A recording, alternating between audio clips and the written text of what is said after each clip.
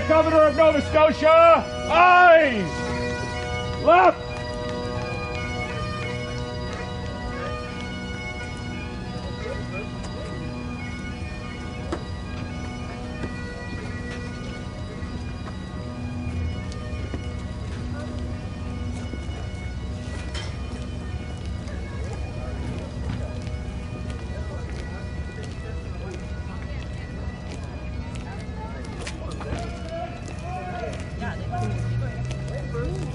Tilt! Eyes! Left!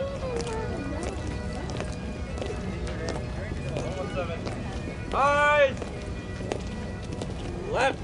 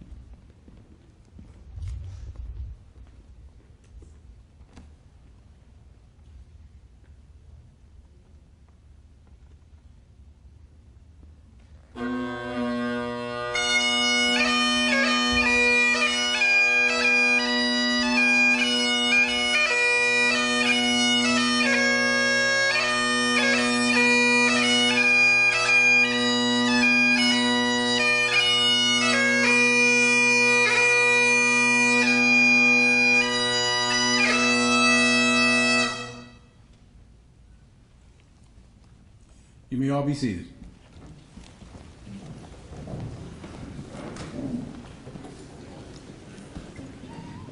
Good morning and welcome to the 20th anniversary of the celebration and commemoration for the No. 2 Construction Battalion. My name is Sergeant Craig Smith and I will be your MC for today's proceedings. I would now like to call upon Town Crier George Dooley. Please come forward and read the proclamation.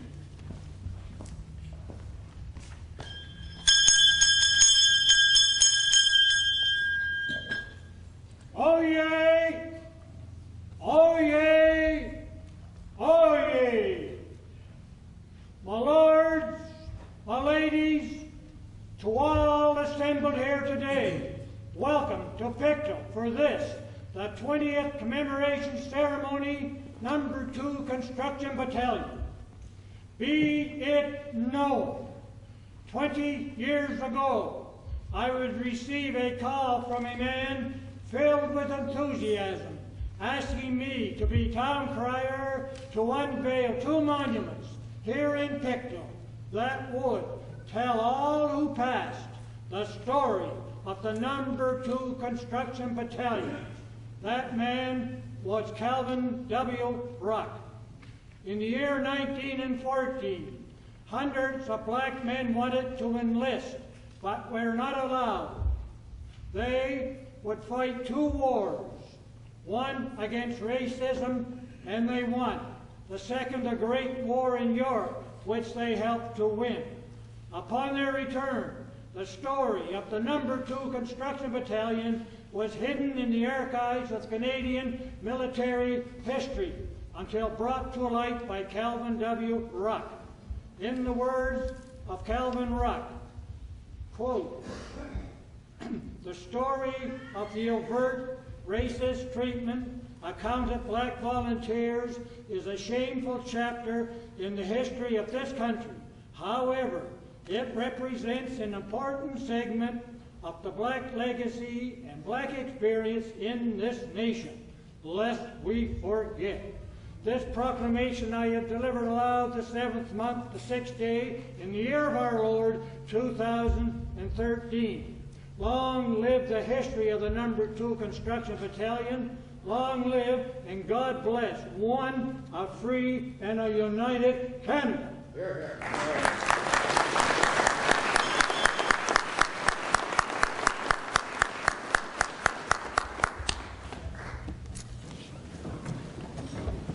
Before I go with the introductions of our our distinguished guests up front here, I would also like to acknowledge that Doug Ruck, son of the late Senator Calvin Ruck, was unable to be here with us today, but my understanding is that his two daughters are here, and if they are, if they would please stand and be recognized at this time as well. Thank you.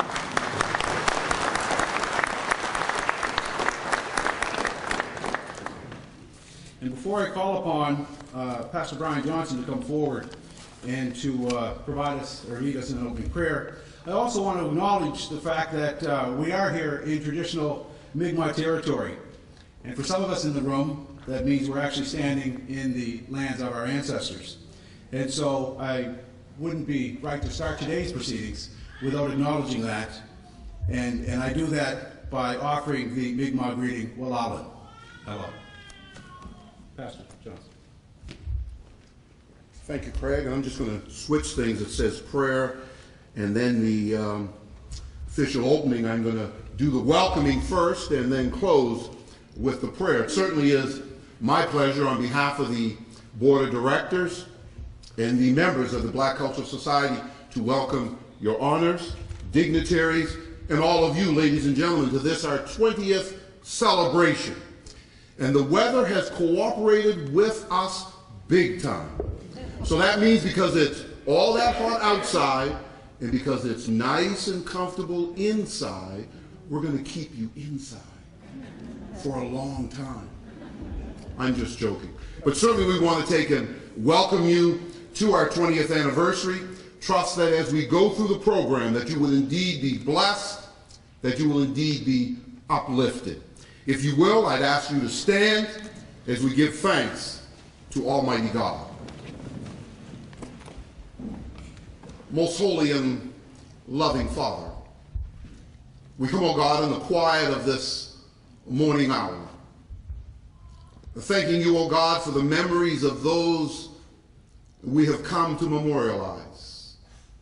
We thank you, O God, for the No. 2 Construction Battalion of the brave men that came forward to serve King and country, to give their lives, that we may have the freedom that we now endure. Father God, we just pray for their memories. We pray, oh God, that as we go on, that we will remember them for what they did and for the great freedom that they have given us. We pray, oh God, your blessing upon this gathering and upon the activities of this day, and that may all that we do and say be pleasing in your sight, because we ask it in your holy and everlasting name. Amen. Amen.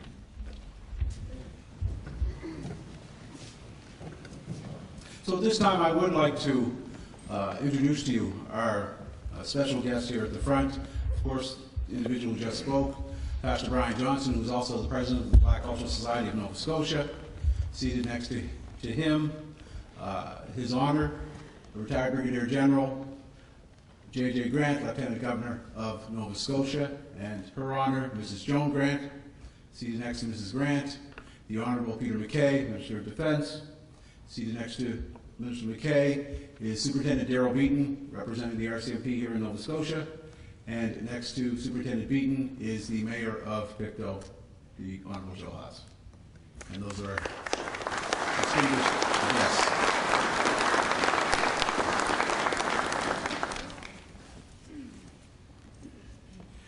Today, on the 20th anniversary of this commemorative celebration, I would hope that we would all take the time to reflect on the memory of the No. 2 and the men who blazed the trail in Canadian military history.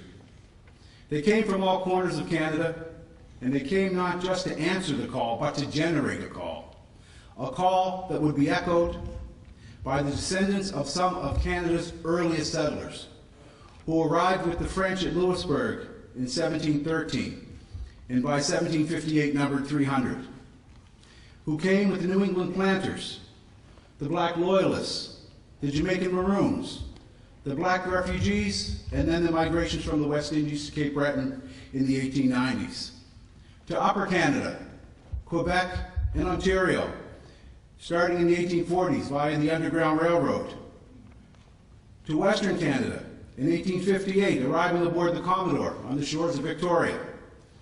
And lastly, those who settled in the Canadian prairies starting around 1905. So these men who sought to fight for king and country were Canadian by birth, with a sense of pride for their country. They exemplified what it meant to serve the country they called home, and personified dignity in the face of second-class citizenship, and still they wanted to serve and do their part.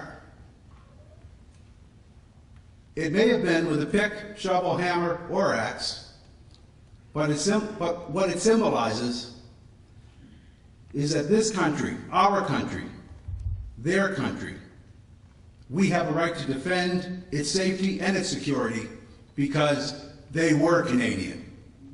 And in doing so, they have carved out an indelible notch in Canadian society, and one that succeeding generations should be taught about in school every year. So I acknowledge the No. 2 Construction Battalion and hope that as we mark the 20th year, that in a few short years, we'll be marching the 50th and the 60th, and this will be filled, and there will be kids that know about the No. 2 Construction Battalion from coast to coast to coast. I would now like to call upon Major Ken Fells to come forward for the memorial service ceremony. Right. Good afternoon, everybody. Good afternoon, everybody. I remember I did the same thing last year.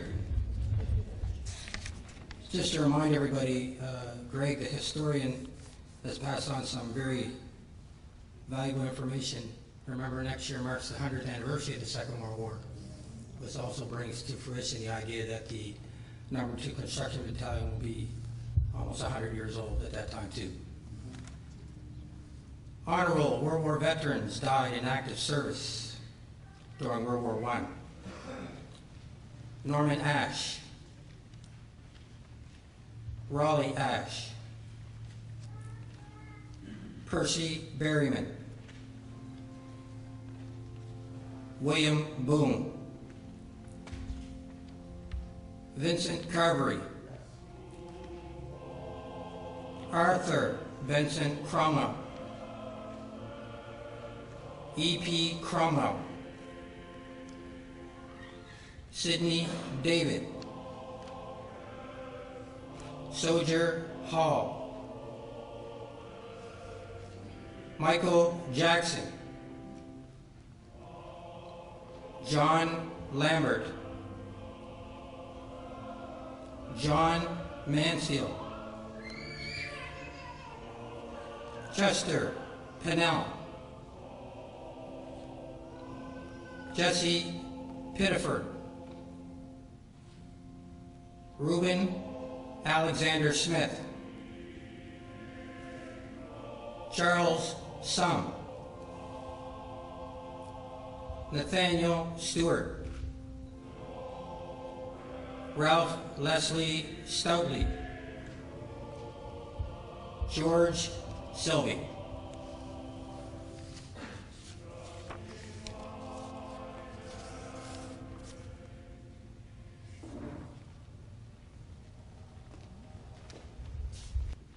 We will now start with the wreath presentations. And to start off with the laying of the wreaths, I call upon His Honor, Lieutenant Governor, Brigadier General J.J. Grant, to lay the first wreath, accompanied by his aide-de-camp and son, Bob Grant.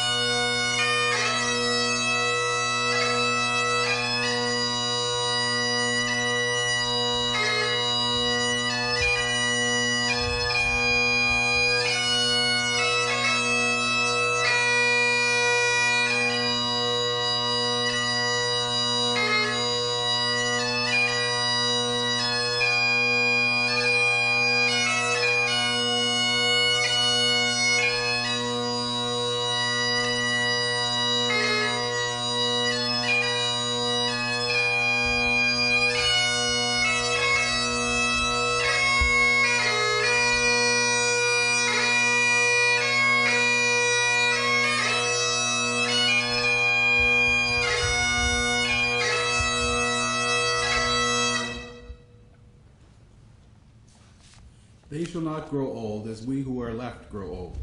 Age shall not weary them, nor the years condemn. At the going down of the sun and in the morning, we will remember them. We will remember them. Thank you. You may be seated.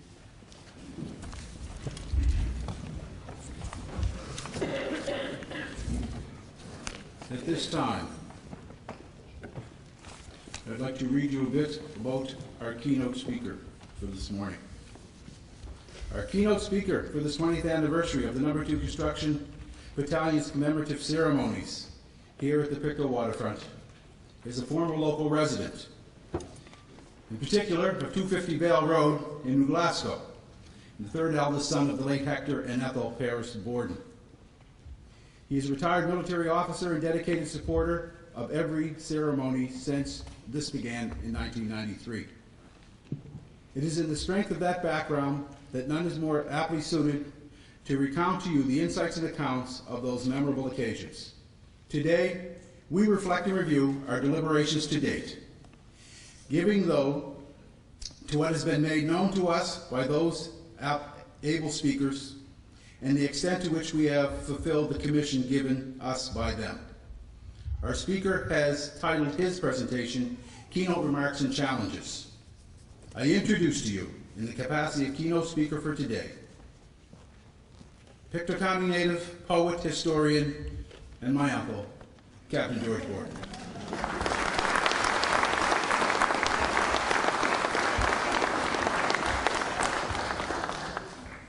Thank you, Master of Ceremony. I appreciate that introduction. Glad you mentioned Mom and Dad. That made me feel good. Your Honors, such a pleasure to come back home and be talking to people who I know so well, including friends and family, acquaintances, but most of all, former playmates and schoolmates, both of Your Honors. And to Peter, my congratulations to you for being present. Your dad and I flew many times back to Shearwater from Ottawa on Friday nights. And my arms were tired too. Platform guests, Reverend clergy, military, RCMP, cadets, ladies and gentlemen, and it's good to see lots of boys and girls. The keynote word was asked of me, why keynote, not just guest speaker? When you come back home, you can't be a guest. I'm a homeboy, so I'm not a guest, I'm a keynote speaker in that respect. I want you to know that there's a reason for my being chosen to present this particular talk today, and that's, as mentioned by the Master of Ceremony, I've been here now for every ceremony since it began, and I feel that there aren't that many of us still available to do that particular job of telling you what has transpired in the years. But I'm so glad that I'm able to do that. Why today? Well, today is the 20th anniversary, and I think it's time we did a summary, a review, and a checkup on how we've been doing over 20 years. I think that's important that we know where we've been, what we've been doing, and where we're going. And the reason I'm telling you is because your presence tells me that you're interested. Otherwise, you wouldn't be present. So for those reasons, I'm going to speak to you on the subject of the past and the challenges.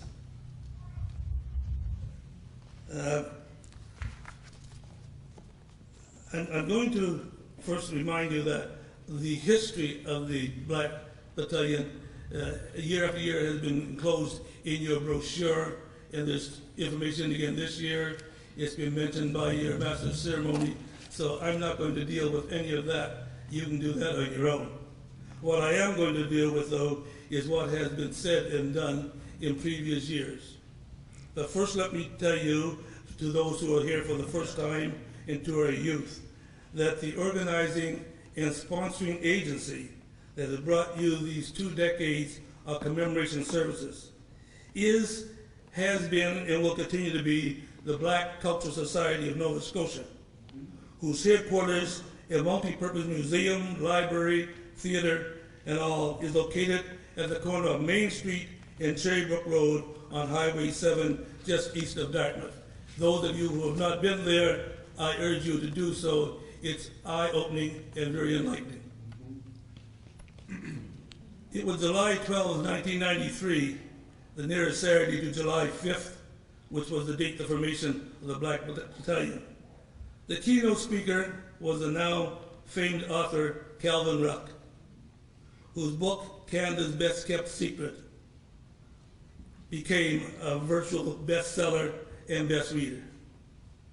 I can remember as though it was yesterday when the subsequent Doctor, Senator, Order of Canada, Calvin, said to us, "Let bygones be bygones." And that caused me to reflect as I was writing this, that reminds me of Nelson Mandela, who has said, "Let bygones be bygones," and his nation has risen because of it. That will not itself take care of all the wrongs that have been done and the hurts that have been experienced, but it allows us to heal.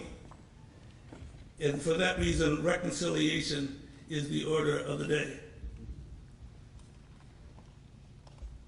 Other persons present at that first and opening ceremony was the Reverend Donald Sutherland, the son of the first commanding officer of the No. 2 Battalion, who was by the name Lieutenant Colonel Daniel Sutherland. I can still hear the Battle of the Hymn of Republic being sung by that duo of Yvonne and Lauren White, the children of Reverend William White, who was in fact the padre for the No. 2 Battalion during their service. And I was very much moved and very pleased to see present here today our first mayor of the occasion, Mayor Lawrence LeBlanc. I was moved by his remark, which he said, "This is a special day, but long overdue." And I'm so glad to see him today. He's still mobile, and that's great stuff. Tells me he's got bad knees, but that's two of us. He went on to invite us back every year for this commemoration. And we are so glad for the invitation, and we've accepted it. It was on the first commemoration occasion that I first publicly read my tribute poem to No. 2. It was titled Black Soldiers Lament. Later it was set to music and sung by our very own local Bowden brothers, who have regularly attended these ceremonies and they're represented here today. You'll find the words of the Black Soldier Lament on the display boards in the reception area just outside the main auditorium. On your way out, if you haven't already taken a look at those displays, there's several of them there, and I think you should take the time and look at them and read them, and I think you'll gain considerably from them. At the same time, the very first year, we had the introduction of the commemorative plaques and the interpretive plaque, which you'll find located outside this building over by the wharf, and those two are very significant monuments, which I think you might find interesting to read, to look at, and to photograph. Over the succeeding years, I've heard spokespersons from military departments, interest groups, related organizations, agencies, and societies, and they ably represented their organization with keynote speeches of information, education, reaffirmation, and reconciliation, much to the interest and satisfaction of those who were present. Among that cadre of keynote speakers were Senator Rook's lawyer son, Douglas, who I hear was not present today, but he has spoken to us as a keynote speaker. And he visualized his father's passion for revealing the unrecorded history of the No. 2. And he was so proud to be a part of that family. And I remember not too long ago that dynamic duo of Major Wally Peters and his daughter, Shelley, who held us spellbound with two generations, two genders of information relating to blacks in the military. And that was particularly rewarding to me. I attended Wally's Wings parade because his family weren't able to do so. That was a long time ago. And I also am the unofficial uncle of Shelley, the second of 3 girls. The family name of Paris, of which I'm very proud to be half, came up twice in the keynote speakers listing. Percy Paris, the MLA of the Nova Scotia Legislative Assembly, and the Master Warrant Officer David Paris, then still in uniform in a local. And it was because of that that I noticed on that particular occasion we had an awful lot of parishes from New Glasgow present. It was enlightening to hear Rear Admiral Paul Madison, Commander of Joint Task Force Atlantic, as he outlined the many occupations and opportunities now available to all young men and women with an attitude for adventure, challenge, travel, and career. What a smorgasbord of options he listed. I was always amused and amazed at the popular, gregarious pastor, soldier, chief warrant officer, Kevin Jr., who unfortunately is not present today, Regimental Sergeant Major of the Toronto Scottish Regiment. Twice he has graced our platform as a keynote speaker. He was really himself a master of ceremonies extraordinaire. And then there was Major Martell Thompson, Public Affairs Officer, while active in the military, excuse me, brought us an entirely new perspective with regards to the black role and opportunities in the military. He touched on subjects that had not previously been addressed, and it was enlightening to us. Then just last year, and he's present today, our own Lieutenant Colonel Ken Fells delivered an exciting and informative presentation that brought cheers and applause from a very attentive audience. He too is a Toastmaster of great talent. I must admit that my memory is not all that great these days and my retention is not all that perfect, but there are a few others that I can remember. I can't forget the presentation made by Major Peggy Downs, a former Dartmouth resident, then at the time living in Toronto, who made a military career in the militia, who rose to the rank of major and held a very significant, important role within the government of which she, of Ontario. And it was soothing when I called the soft and elegant dissertation of Reverend Renford Bryan, known to most of you in the African Baptist Association. He recounted his military experience as well during World War II. And then there was that very international visitation to this platform by a survivor of the famed Tuskegee Airmen of the USA, the Red Tails they called them. They were a black fighter squadron, and they gained coveted praise from all Allied forces in World War II. What stories he could tell.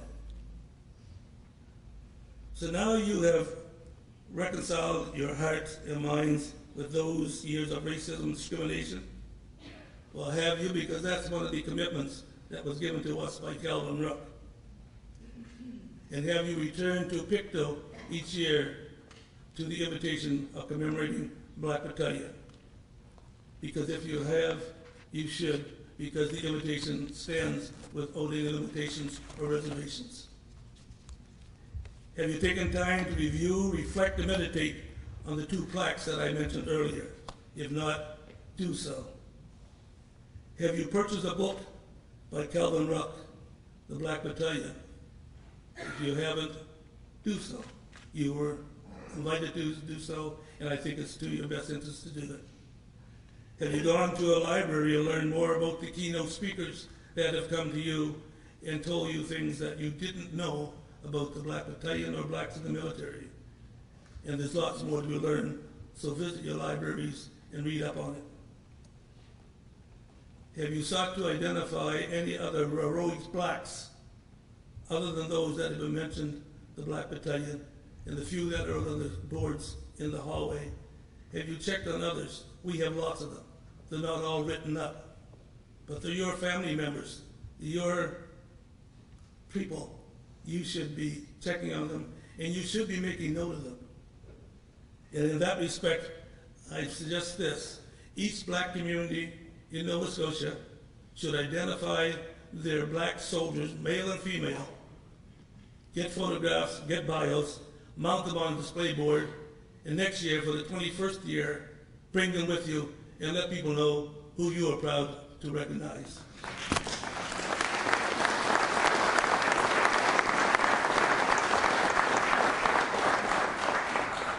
And for you young people present, have you considered a military career? Remember, the people that we are talking about made commitment, but they gained greatly from it. And you too can, in this day and age, can feel that you're not going to have someone tell you you can't do this and you can't do that. You can do whatever you want to do. You do it.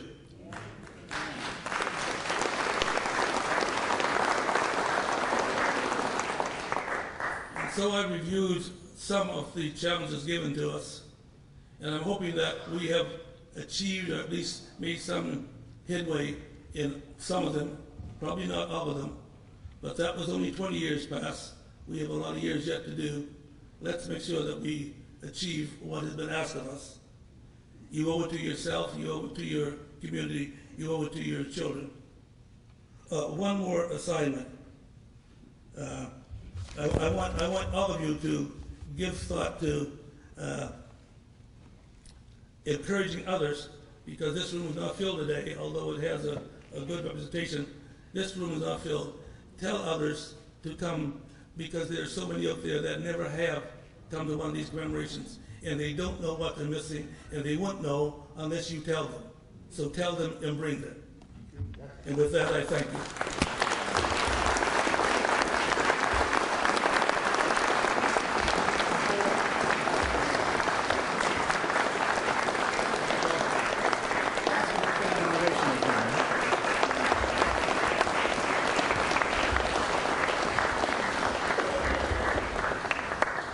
I now call upon Program Chair for the Black Cultural Society, Mrs. Bernadette Hamilton Reed, to come forward and make a presentation. Thank you, Craig, and good afternoon, or is it still morning, everyone? I think we're still in morning. Good morning. It is with great pleasure that I have to offer this presentation to retired Captain George Borden. And as he has said, the Black Cultural Society has been hosting this event for 20 years, and thank you for that. And the history that he has given us. Back on July 12th of 1993, and Calvin Rock instigating this for us. And again, as he said, let bygones be bygones. There's so much we have to look forward to in the future. And Captain George, we thank you for the challenge of identifying our soldiers in our community. So we look forward to those memorial boards coming here next year so that we can take them back to the Black Cultural Center and honor those who have served us so diligently and wonderfully. And again, for our young people out there, thank you for coming, and for those who brought them. And as Captain George Borden had said, consider the military as a career. We know many of ours that have gone on have had very successful careers, and those that are there now are still being very successful. So thank you for the keynote. Thank you for all those things that you've told us, the accolades, and bringing the history back twofold to us so that we can continue to remember all of our soldiers.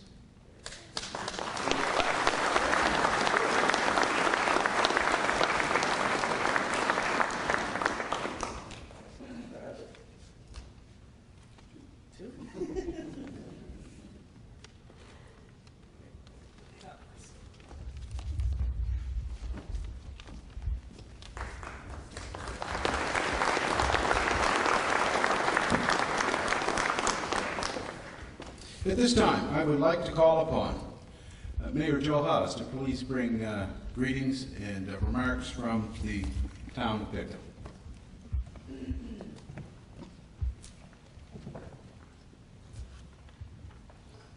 Well, good morning, everyone. It really is a pleasure for me to be here today. I've been around for the 20 years too, although Lawrence was the mayor at that point, and I agreed then when he wanted to start this here with Calvin Rock, and it was the right thing to do.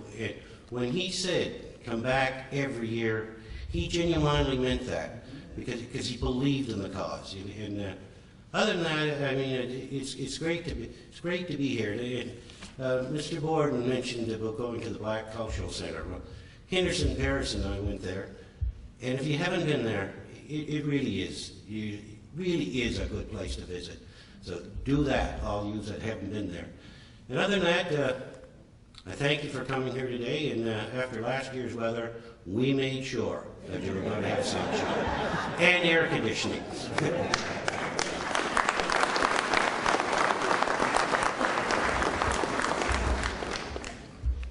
Superintendent Darrell Beaton, remarks on behalf of Assistant Commissioner Alphonse McNeil. Thank you, Craig. Good morning, everyone. Very pleased to be here today on behalf of the commanding officer. I spoke to him personally last evening, and he sends his regrets. Unfortunately, he had some other commitments. I also want to acknowledge, just before I start, some members of the RCMP who traveled a great distance today to be here. I had an opportunity to speak to a few of them before we started and formed up today. And we have members here from Chester, from the Valley, from North Preston, and of course some local officers as well. And I think it's also noteworthy that we, Corporal Byard and Esther Medley-Smith from North Preston, coordinated a group of Stetsons and Spurs who are local youth of the community who come out and form a group under the principles and the guidance of the RCMP members in the community of North Preston, East Preston, and Cherrybrook. And they marched with us today, and I think what could be better than to have the youth of the community come out to something like this and to hear firsthand about their logistics.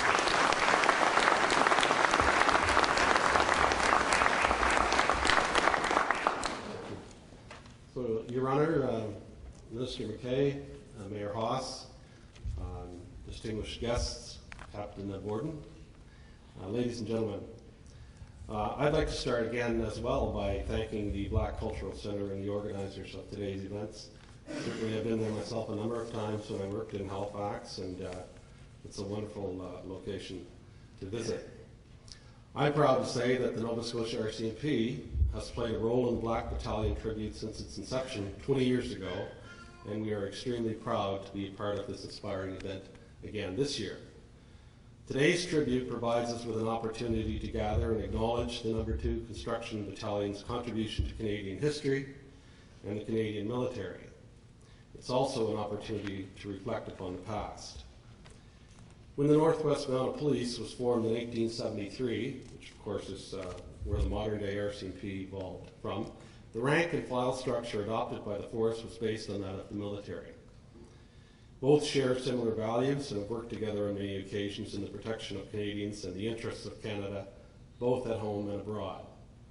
That is exactly what the men of the No. 2 Construction Battalion did back in the day. And while the military structure worked for the RCMP, the racial segregation the men of the No. 2 Construction Battalion faced was wrong. Irish statesman Edmund Burke said, "Those who ignore history are doomed to repeat it. Racially segregated institutions are not acceptable in a democratic society." We need to remember and acknowledge the injustices that they served so we can ensure it will not happen again. As military and paramilitary organizations, we need to learn from the mistakes of the past. The RCMP recognizes that discrimination exists, and our Commissioner Bob Paulson has stated that the RCMP is committed to bringing about the kind of cultural and compositional changes required to ensure Canadians are best served by an RCMP that reflects themselves and their values. And although we have celebrated the achievements of African Nova Scotians such as Superintendent Ted Upshaw, Superintendent Tom Jones, and more recently Chief Superintendent Craig Gibson, who was promoted to the officer in charge of, commanding officer rather, of Prince Edward Island, we realize that we still have more work to do.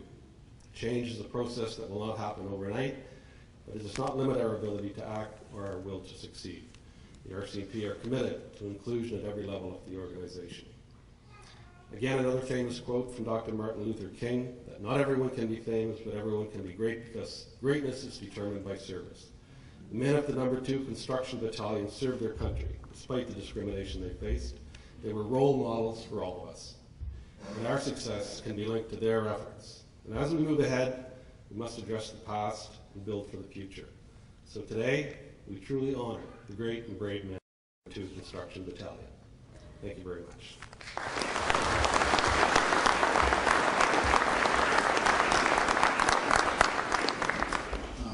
Now I'd like to call upon, if he is present here, Lieutenant Colonel Chip Maddock.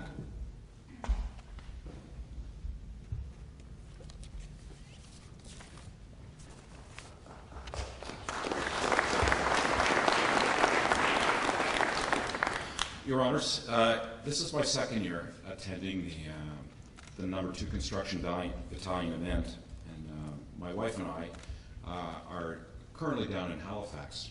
And it's an honor to be here. It's an honor to be here, as the previous speakers have said, because it's not only the right thing to do, but as a sapper myself, and a number of sappers that I brought with me, it's important for us to recognize the efforts that the men of the No.2 Construction Battalion put forward in so long ago.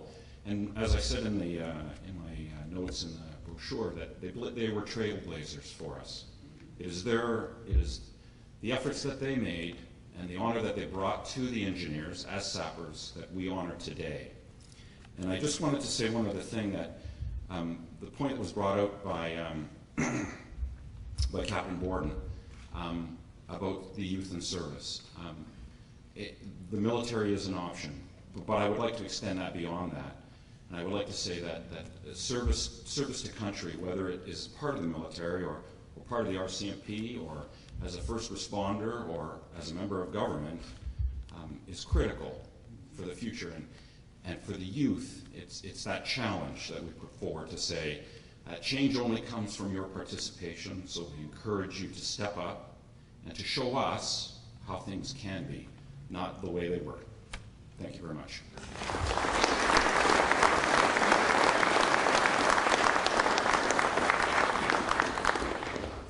The Honorable Peter MacKay. Thank you, Sergeant. Good morning, ladies and gentlemen, Your Honors, distinguished guests, Reverend clergy, members of the Canadian Armed Forces and RCMP, friends and neighbors. I'm truly honored to be with you as well on this 20th commemorative service. This is an opportunity certainly for reflection.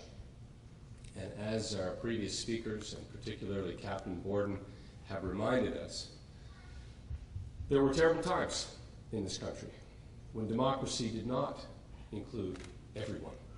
Full participation was not there. Certainly, at the time of the No.2 Construction Battalion, there were men of deep commitment to this country who overcame that discrimination and went off to fight in a foreign land for rights that they did not enjoy in their home. That, to me, is the essence of human understanding and commitment to one another.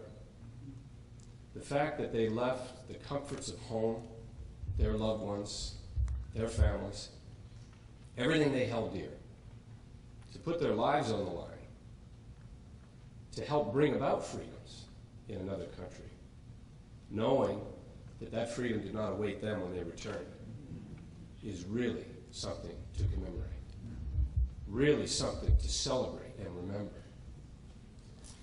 And I was really touched in reviewing the history for this morning of how these men, even upon their return, continued to build this country. I was very proud during my time as Minister of Foreign Affairs to host the Secretary of State, Condoleezza Rice, who grew up in Alabama during a time in the United States history where their country still had segregation. And she was quite struck by the commemoration and the plaque and the history that she experienced here in Pictou. And she spoke of it later in the day when she said, you know, we have members of our armed forces, Canada and the United States, again, risking their lives to bring about the right to education in a place like Afghanistan, where just 10 years ago, girls were not permitted to get an education in that country. And she said this was how slaves in the United States were denied the ability to advance in society. They were denied the ability to read. She said that's why we're fighting in Afghanistan, to bring about equality for education, equality for men and women, equality for all people. And so there are struggles in other parts of the world that remain. But certainly the No. 2 Construction Battalion, as was so appropriately stated here, they were breaking ground for all. They were making it possible for those who didn't enjoy equality to move forward. And so I'm very honored to be here and to share my thoughts and my reflections on what is a very important commemoration. In a conflict that involved able-bodied men from all corners of the British Empire, black men who wanted to join the war effort during the First World War were denied that opportunity because of race. They could only participate as members of a segregated battalion. And for countless years, their heroic acts and deeds, all deeds, soldiers, sailors, airmen, and women, have for too long been under-recognized, unnoticed. And so on this 20th anniversary of Remembrance, we recognize and celebrate and give thanks for the brave and unselfish service of the No. 2 Construction Battalion, whose loyalty and service contributed greatly to the Allied victory in the First World War. Some of the greatest soldiers in our country's history, in fact, served with the No. 2. From July 5th, 1916 to September 15th, 1920. And there is, of course, a very strong local connection here with their commanding officer, Lieutenant Colonel Dan Sutherland, from Pictou County.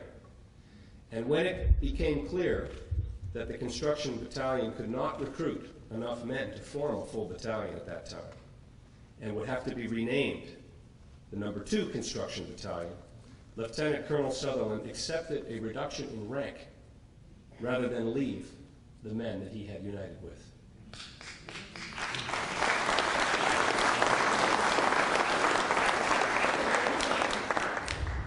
And Reverend William A. White of Truro was appointed the chaplain and given the rank of honorary captain, becoming, reportedly, the first black commissioned officer in the Canadian Forces. And in addition to the men of the Black Battalion, an estimated 2,000 black Canadians such as James Grant, Roy Fells, Seymour Tyler, and Jeremiah Jones, who in 2010 received the Canadian Forces Medallion for Distinguished Service. Jeremiah Jones, in another time, in another era, would have received the Victoria Cross. I have no doubt. And he would have joined with, in fact, a number of members of the Canadian Armed Forces, including William Hall, who should have received the Victoria Cross.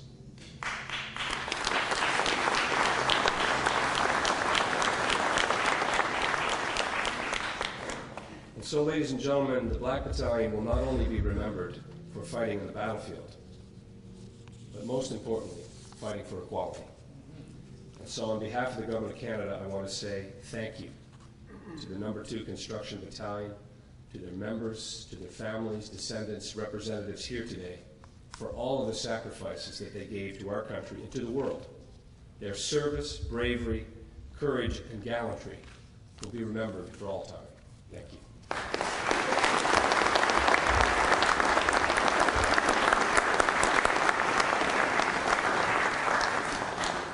And I now call upon His Honor, Lieutenant Governor of Nova Scotia, J.J. Grant.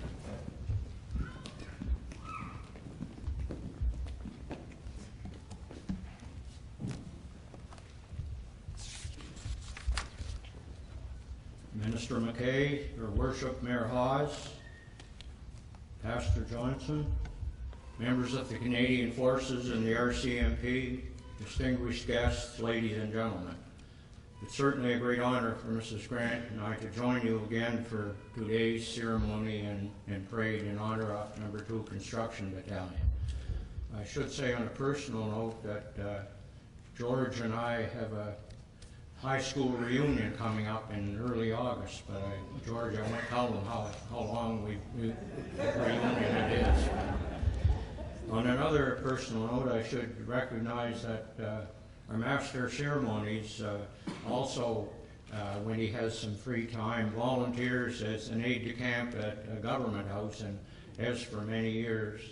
And sometimes a book that he's written, we polarize some quotes from it and use in some of our other talks.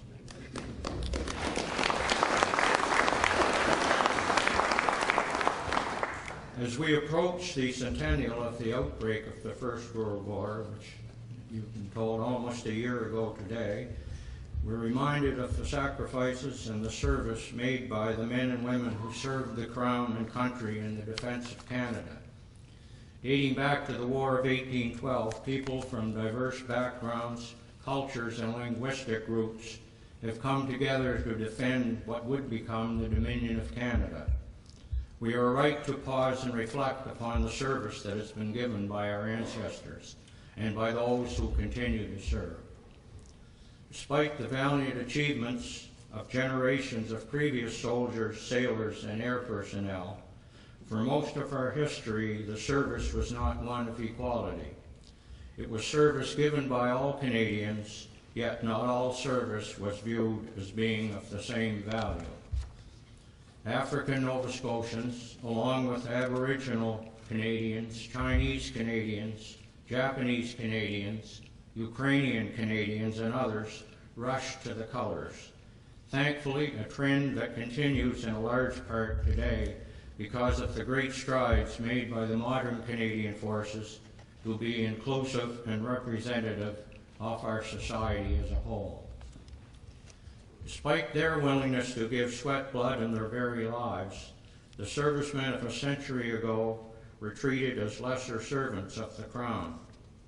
In a wide variety of conflicts that played an important role in shaping the country we call home. Commemoration without context lacks true meaning, and the context of the No. 2 Construction Battalion service during the Great War was one that all Nova Scotians can certainly be proud of, especially those of African descent. What has always struck me about the members of the 2 Construction Battalion is that despite, as we have heard, despite the entrenched racism and prejudice that they endured before and throughout their service as members of the Canadian Expeditionary Force, they loyally served King and country for little reward and recognition that would come only long after most of them had passed on. They served Canada and they helped to build the country we know today.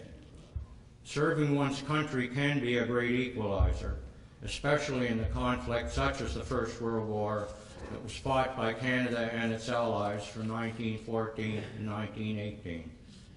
Last year here I reflected on the fact that it takes a special sort of person to fight for a country that did not afford them all the rights of their fellow citizens. Members of the No. 2 Construction Battalion, like other non-whites throughout the whole British Empire, looked beyond the ingrained racism that they faced on a daily basis and sought to serve in a noble and a valiant manner. This is an outstanding quality of the men of the No. 2 Construction Battalion that is worth reflecting on each and every year, both at this ceremony and certainly on Remembrance Day. Members of the battalion joined with those from the British West Indies Regiment, the King's African Rifles, the Cape Coloured Corps from South Africa, and many other units made up of soldiers of African descent. All these men faced racism, hardship, and great peril, yet they saw fit to do their duty. On the home front, their families, while supported by the African Nova Scotian community, were largely ignored by many other local organizations. The depth of the discrimination of the period certainly knew no bounds. The battle orders won by other units, the battle orders won by this unit and others like it were not immediate, and they were not embroidered on regimental colors as immortalized in bronze or marble. Rather, they were earned in front of fighting for equality and the recognition of brave service loyally rendered. By honoring the members of the new No. 2 Construction Battalion today, we honor their contribution to the First World War, and we certainly recognize the pioneering and indefatigable spirit they embroiled. Thank you. Merci.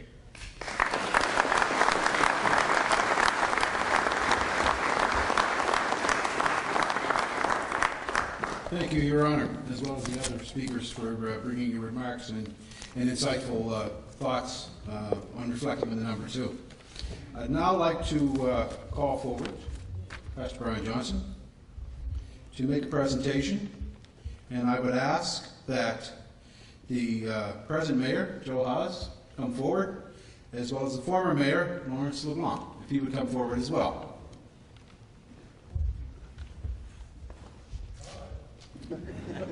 We're going to wait for you.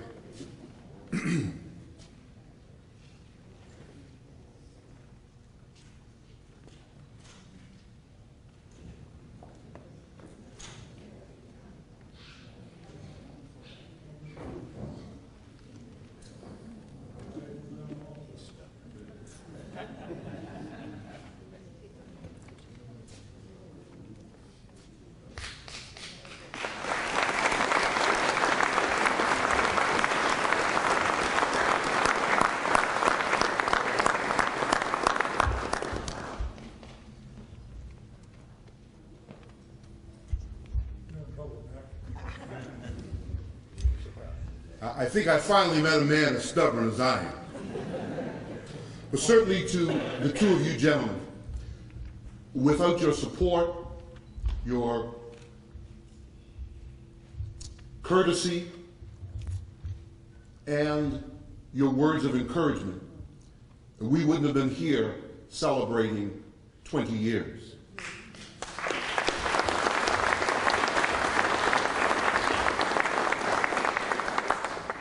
I remember way back when you said, "You're welcome back every year." Some folk thought you were joking. Deep in your heart, you meant it. Because you said, this is the place where the No. 2 needs to be celebrated. And we thank you for that. We've had a 20-year history. Our hope and our prayer is that we will continue until time is no more. So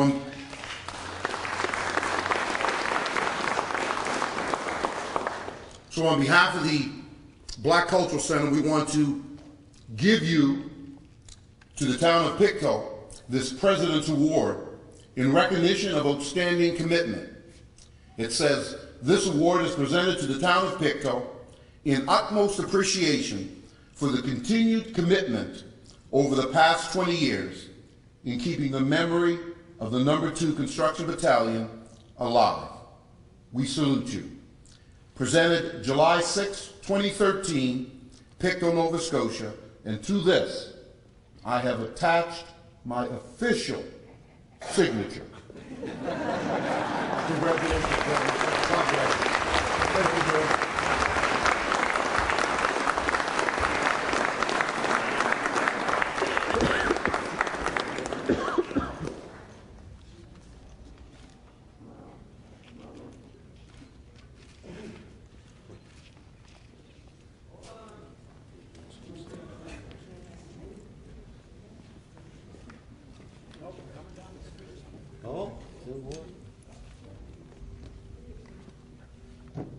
That's a better one.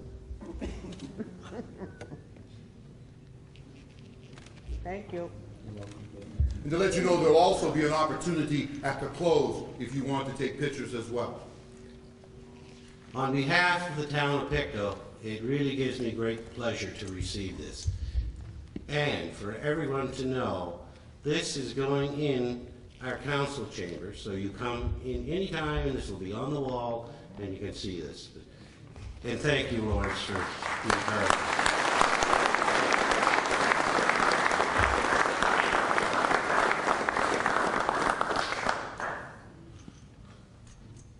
Your Honor, Peter, yes, Mr. Mayor, ladies and gentlemen, when we started this,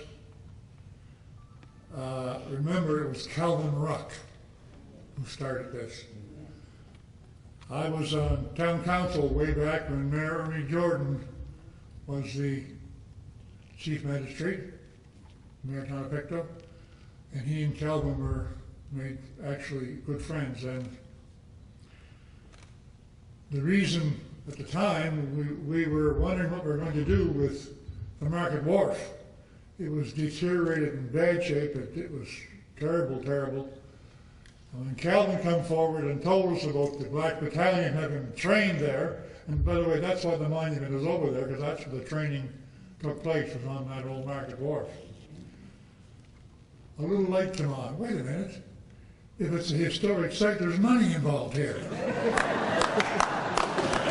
So we proceeded to get some money from both levels of government, and we managed to fix the wharf up and build some other things down there to make it a little more presentable. And then when Calvin suggested this service be started, I was married by this time, and I got to tell you the story first. Do I have time? When I start talking, ain't no stop to it, okay? Every year before the ceremony, Calvin Ruck would call me up and be a little favor he wanted me to do for him. Every year. Sure, Cal, I'll do that. He was the most perfect gentleman you ever want to meet, anyone who doesn't know him. He absolutely was. But anyway, this particular year he called me up and he said there was a gentleman in River John who was 6 years old on the wharf here at the time. The men were training here, getting ready to go overseas. And he fell off the wharf. And a colored gentleman jumped in after him and saved him. So Calvin wanted me to go get him and bring him into the service. Sure, I'll do that. So then he wanted to know, could he bring him? I said, yeah, absolutely. So Calvin started telling me the story. He said, I'd love to see the gentleman. He said he was living with his sister. And Calvin knocked on the door, and his sister answered the door, and she, come on in, Mr. Ruck. And he walked in, here was an old fella. Well, you can imagine, First World War. He was sitting there in a wheelchair, and a cane in his hand, and he's shaking. He looked up at Calvin, and he said, are you the one that saved me?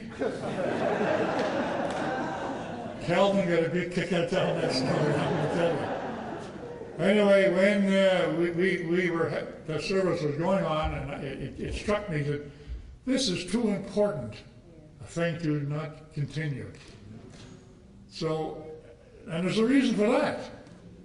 When I was a kid growing up here in Pictou, and I, by the way, was born in Stollerton, but I moved there when I was about 4 or 5 years old. I was always told there was no blacks allowed in Pictou after dark. I heard that, I heard it. Matter of fact, I started to believe it. So when I got on council in 1982, I said, by God, I'm going to find out bylaw and get that repealed. So I asked Mayor Jordan, and he agreed, the clerk, and apparently they looked, I didn't think they did. He said they couldn't find it. Well, they're not very serious, that's what I thought. So when I became mayor, now by God, we're going to find it. So when I became mayor in 91, I got everybody looking. And you're right, there is no such bylaw. There never was no such bylaw. And there never will be, exactly right, never will be.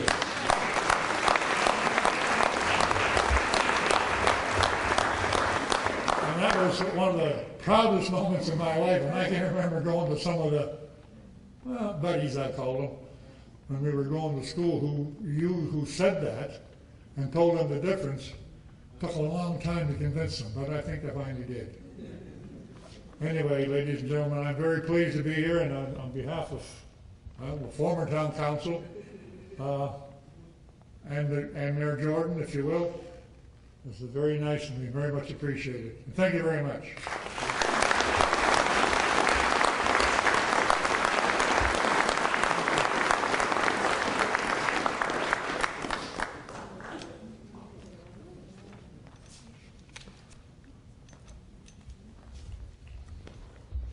I would now like to call upon the former president of the Black Cultural Society, Dr. Les Oliver, to come forward to make a presentation.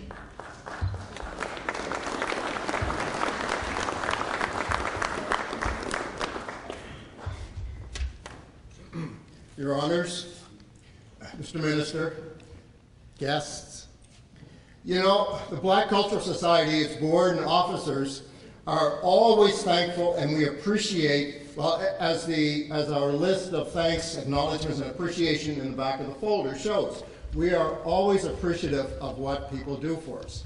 But on occasions, there's someone who rises in a moment of need and shows a special level of support. I wonder if I could get Lieutenant Colonel Ken Fells to come up and stand beside me while I talk about someone who lent us. Where is he coming?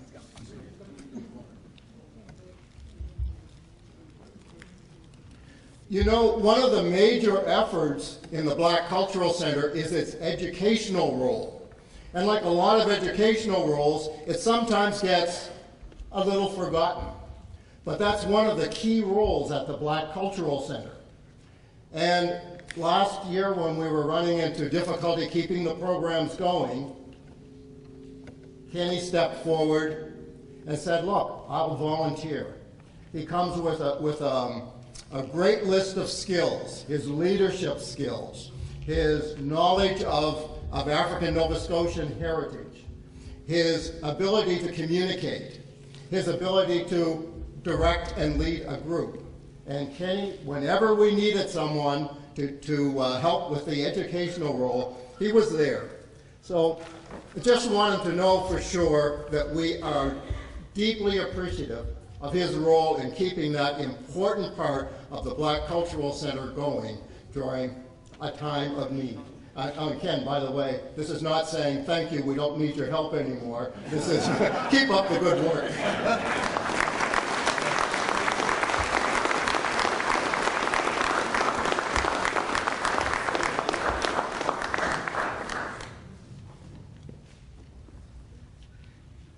I don't know what to say. You know, we did a, you know, like I said, I don't know what to say.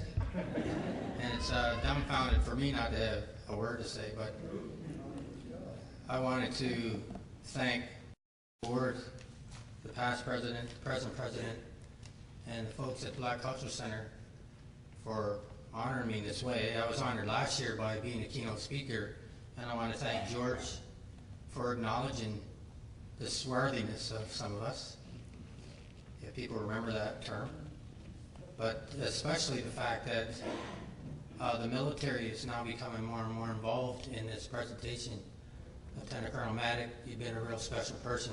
I want to acknowledge what you've done for us.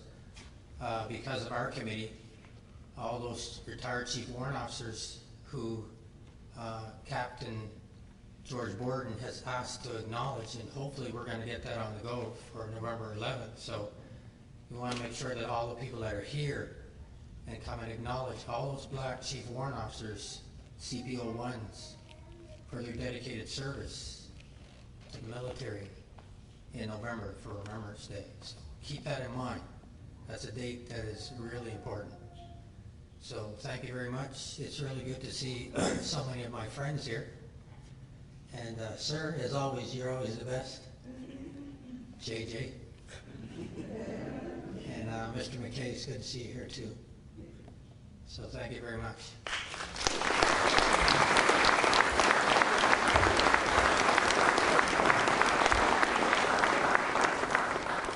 So at this time, I would like to thank all of you for coming out and for taking part in this special occasion, 20th anniversary. As was said earlier, next year as we look at the 100th anniversary of the start of the First World War, it also brings another time to look at a special significance of the role in the inception of the No.2.